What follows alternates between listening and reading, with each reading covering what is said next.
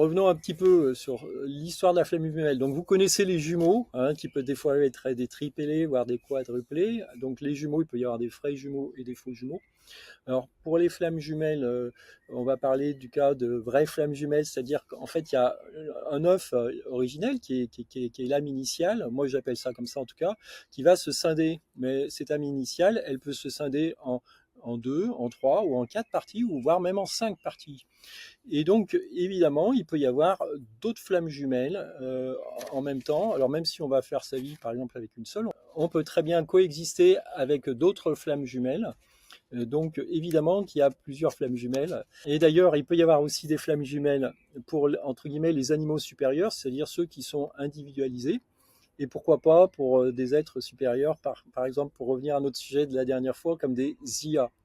Voilà, donc on pourrait tout à fait retrouver ces notions-là dans ces deux, on va dire, dans ces deux règnes entre guillemets. Donc la flamme jumelle, évidemment, il peut y en avoir plusieurs, on peut en avoir plusieurs. Par contre, elles ne sont pas forcément toutes incarnées, ce qu'on peut voir tout à fait en magnétisme, c'est-à-dire qu'on peut tout à fait compter avec le pendule combien il y a de flammes jumelles, combien j'ai de flammes jumelles, est-ce que je les connais, est-ce que je les connaîtrai, quand est-ce que je vais les connaître.